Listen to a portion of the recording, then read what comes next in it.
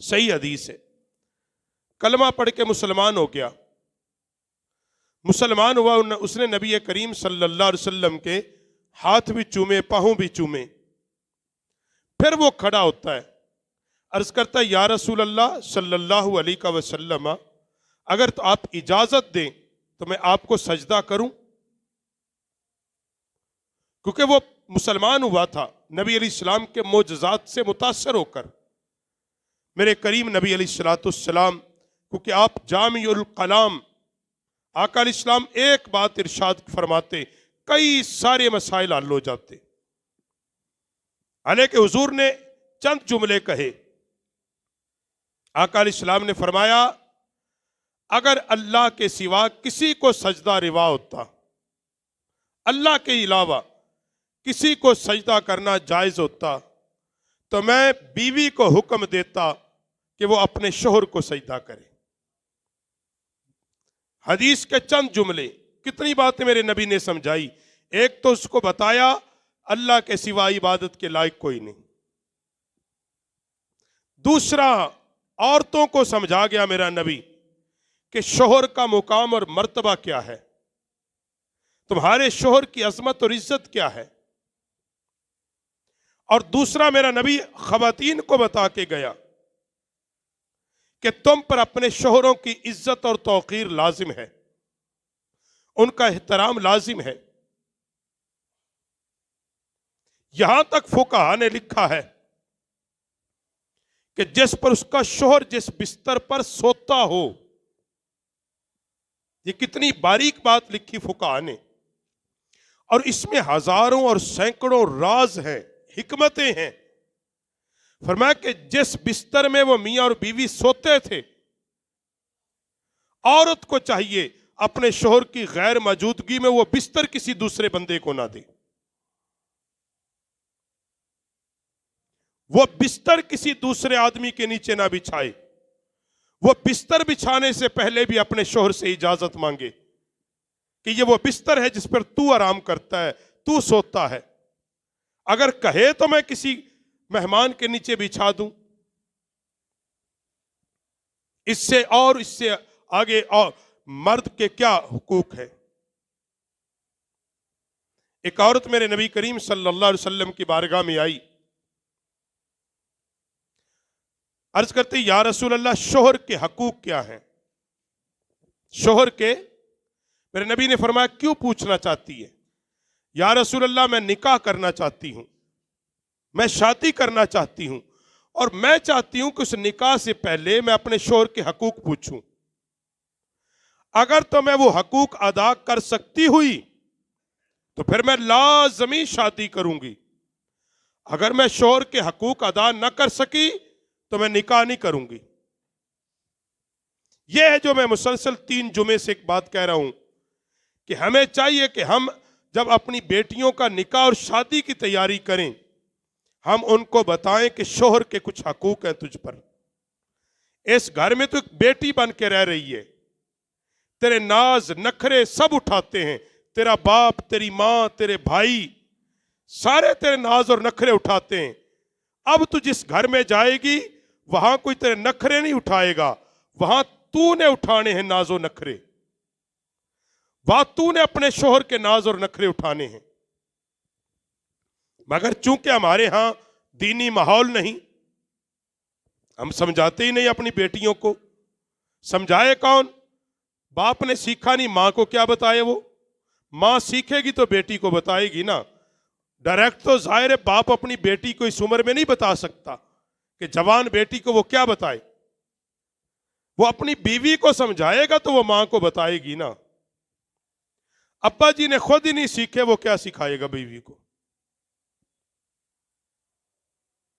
वो क्या सिखाएगा?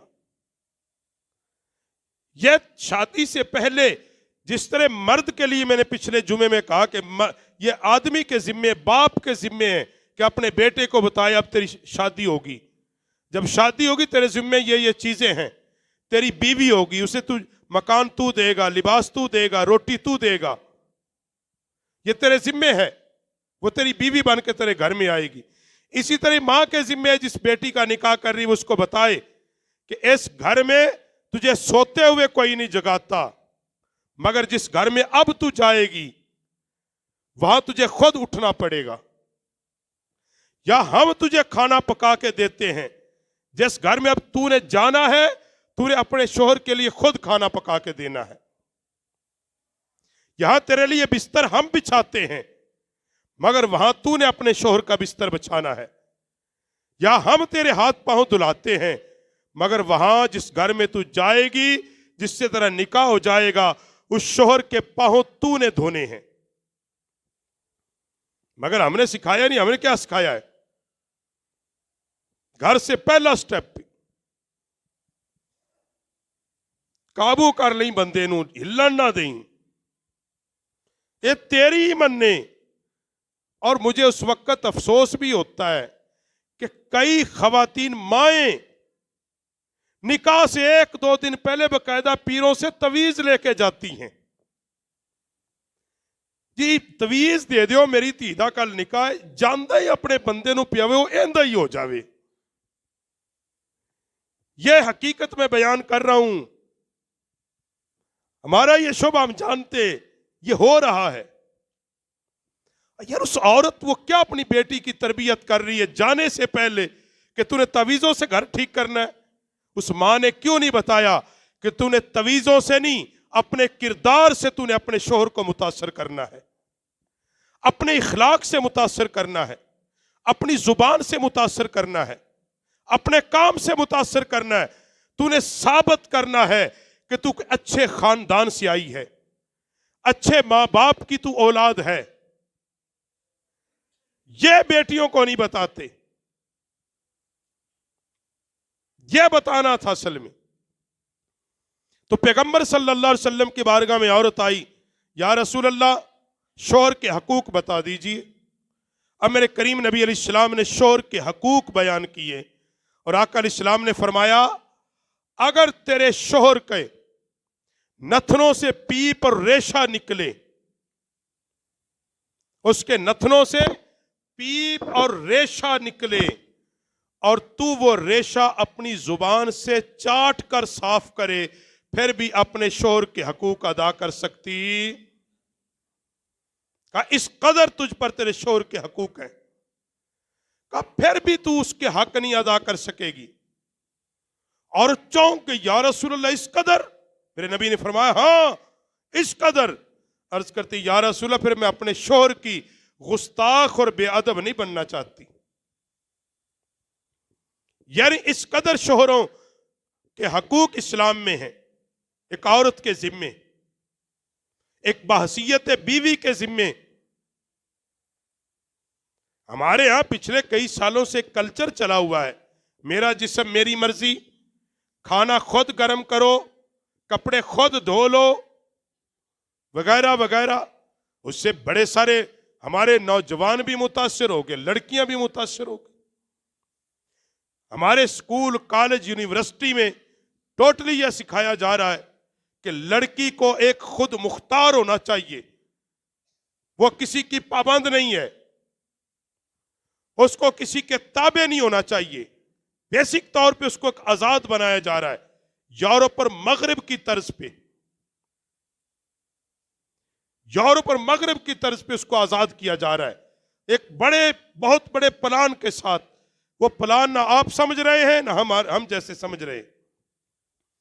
बहुत बड़ा जाल बिछाकर पहली जमात से लेकर 16 या 18 साल 20 साल तक उसकी ज़हन साजी की जाती है। क्या औरत की मर्जी जैसा चाहे वैसा पहने। और अब मैं बदकिस्मती से बहुत सारे नाम के मजहबी स्कॉलर कहते हैं लिबास का मजहब से ताल्लुक कोई नहीं। अगर लिबास का मजहब से ताल्लुक कोई नहीं, फिर कुरान पाक ने औरत पर पर्दे को फर्ज क्यों किया है? कुरान ने औरत का पर्दा फर्ज किया है, बल्कि नबी करीम सल्लल्लाहु अलैहि वसल्लम ने तो यह बात कही, फरमाया जिसकी बीवी बाजार गई, खुशबू लगा के गई और वो खुशबू लोगों में फैलती थी, अल्लाह के नबी ने फरमाया वो मर्द दयूस है। दयूस अर्ज की सहाबा ने, वो दयूस क्या होता है अल्लाह के नबी? फरमाया, जिस पर अल्लाह की भी लानत, उसके रसूलों की भी लानत।